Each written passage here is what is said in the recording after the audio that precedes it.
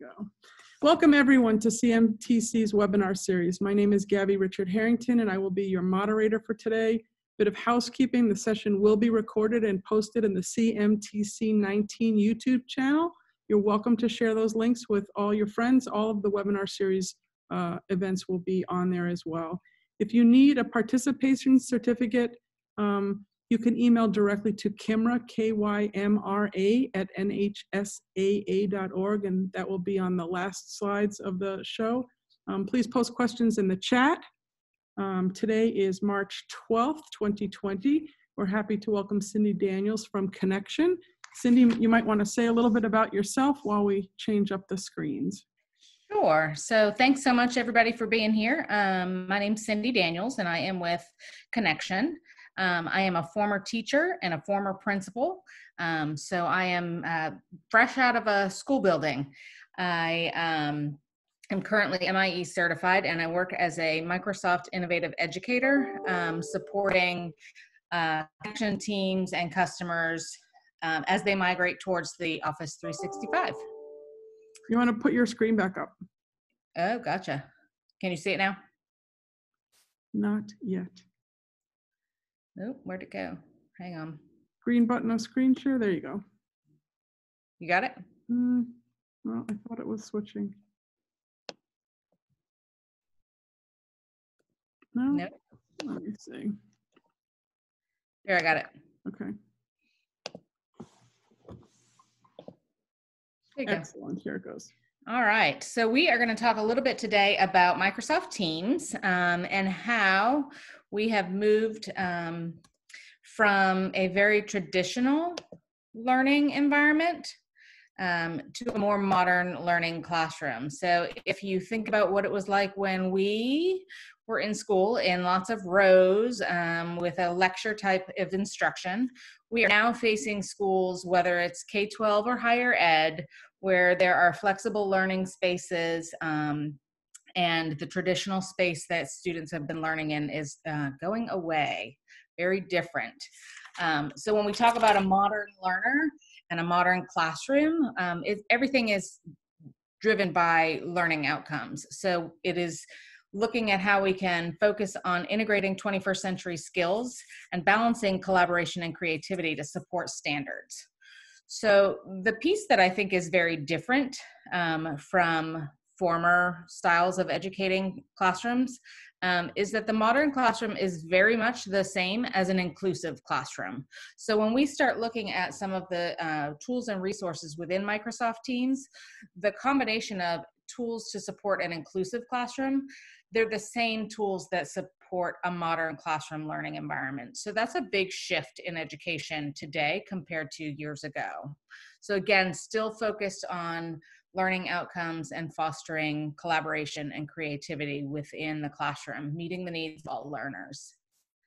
When we think about preparing kids for, we're really preparing ourselves for the class of 2030. So there are lots of different things that are shifting and changing. And I want to point out for the education realm, looking at that last column where it talks about technology creating opportunities. This is an opportunity where teachers are getting back a lot of time by using tools such as Teams. They are no longer feeling like they have several papers to correct, several papers to pass out, several papers to grade, because there's so much opportunity within Teams to be able to use a focus on personalized learning, and you are no longer forced to create several different copies and have all of that time spent with paperwork. You can now access all of that online and through different apps that Office 365 has to offer. Classrooms today, whether you're talking about higher ed or K-12, are far more diverse. So you've also got to look at ways that you can meet the needs of learners at all levels.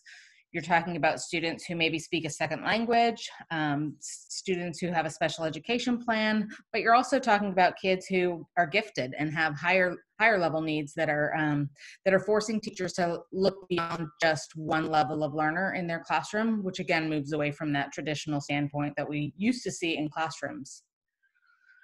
So that brings us to Teams. Teams is a hub where everything is connected. You can work with staff, you can collaborate with students, you can do research in there. It is focused on the teaching and learning. And again, it goes back to being able to support the teachers and staff who are trying to reach these kids and students and one another without having to go to several different places to do that. Everything is connected in one place now in this hub we call the Teams. So just looking at it from a very surface level, Teams is an opportunity where students and teachers can share and create assignments together. You can use video in Teams. You can use, lots of teachers are using Flipgrid and Kahoot just to be able to keep students engaged. You can embed videos in there. And these are all opportunities that you can use within Teams without feeling the need to change platforms, pull something else out, and you're still reaching your kids in an engaging way.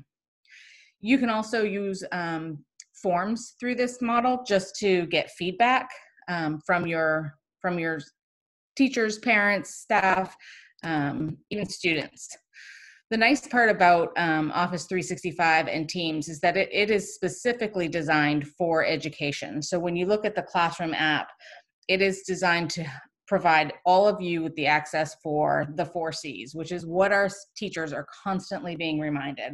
Teachers are constantly being reminded that they need to embed critical thinking and collaboration and communication and creativity. And that is exactly what this is designed to do. Your classroom becomes a collaborative platform where teachers, again, like I said earlier, no longer have this paper pushing feeling, and they're actually engaging with their students through personalized assignments and activities that reach each child or each group of children the way that they need to. The platform from our students' perspective is changing. You can see just from this is a special education graph, and you can see the increase in the number of students who have been identified with some kind of learning disability. Maybe it's a speech impairment, but the students that we teach have changed. They are not only changing in the K-12 realm, they're also changing in higher education. We're teaching our students how to advocate for themselves, so they are going to the college level with multiple needs that professors are required to be faced with and to act upon in the classroom. So who and how do we do that? Some of these kids, like we said, are above grade level or above proficiency levels. Some of them have special education needs, and some of them have both. So they're twice exceptional. You've got English language learners, and you've got learners who just learn in a different way. The classroom environment has changed. So there are so many different kinds of learners in your classroom, and Teams gives you an opportunity to reach each of those learners in a way that's going to make them successful. That leads us to talk a little bit about the personalized learning assignments that you can create. Being able to do away with some of those paper assignments that students maybe today aren't as enthused about as we were as kids. Being able to create small group activities for certain students and send them just to those kids in that class makes it much easier for a teacher to reach students where they are. And it gives students the accessibility to be successful without feeling like they're getting the same paper or same assignment as everybody else, knowing full well that they may not be reading or working at that same level. I wanted to touch just on these top 5 Microsoft solutions for education, because I think they're tools that are often overlooked or not seen within Office 365. These tools become a leveraging tool for students in the classroom. So we're going to touch a little bit on some of these specifically to get a little bit more information. But I think it's a really valuable piece that if and when you're ready, these are the areas where I would definitely say learning more about how they impact the classroom setting, no matter what level, would be very powerful. When we talk about accessibility in Teams, I love this quote because it really states that we need to move from assuming access to ensuring access. And what that means is we really need to look at students for who they are. And Teams has the Immersive Reader, which allows read aloud to take place for students. So for all of those teachers who feel like they can't reach the kids in their classrooms because, let's just say 3 to 5 of them need read aloud, and you can't read aloud to all of them at the same time. You have to read to each of them individually. This is an opportunity where students can successfully read, listen to the reading on Teams without feeling like they have a teacher sitting next to them, reading with them one-on-one, or feeling like they have to just try to figure it out themselves because the teacher can't get to them. So the Immersive Reader has a really valuable place for our classrooms right now. It also has the ability to translate information. It has a picture dictionary. The picture dictionary can also be translated where you see the picture of the word, but then it will pronounce the word both in English and in the language that you choose.